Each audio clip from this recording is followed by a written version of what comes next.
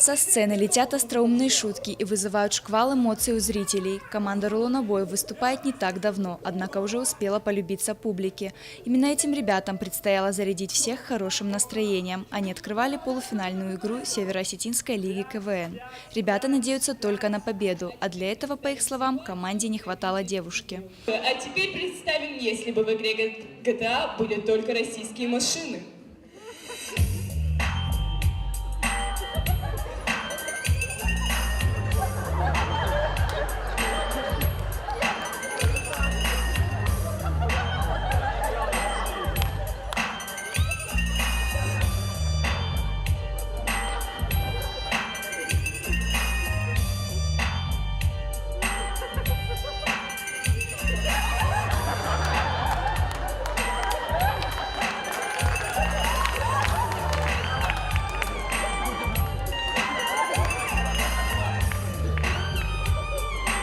В полуфинальной игре выступали 6 команд. Представив свою визитную карточку, они сразились в биатлоне-конкурсе. Команда, чьи шутки особо не впечатлили, покидала огневой рубеж с оценкой 0,4 балла. Лучшими в этом туре были соло и команда из 2 человек «Кадр». Несмотря на то, что они в самой малочисленной команде, придумывать шутки для них вовсе не проблема.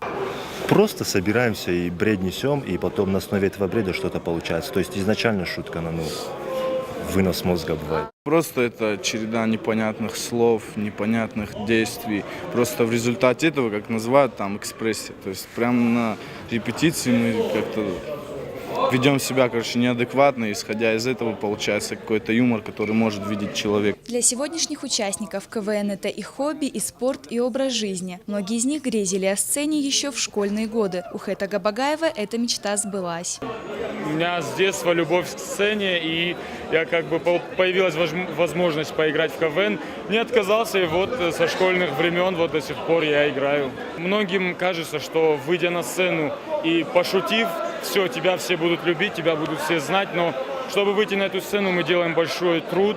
Качество юмора, подготовленность участников, их манеру поведения на сцене судили по всей строгости. В составе жюри заслуженные работники культуры и бывшие КВНщики. В финал Республиканской лиги КВН вышли 4 команды – «Соло», «Моника Белуччи», «Кадр» и «Рулона Боев». Кто же окажется самым веселым и находчивым, станет известно уже в декабре. Ангелина Васильева, Артем Балатаев, Ацама Шипшев, Осетия ТВ.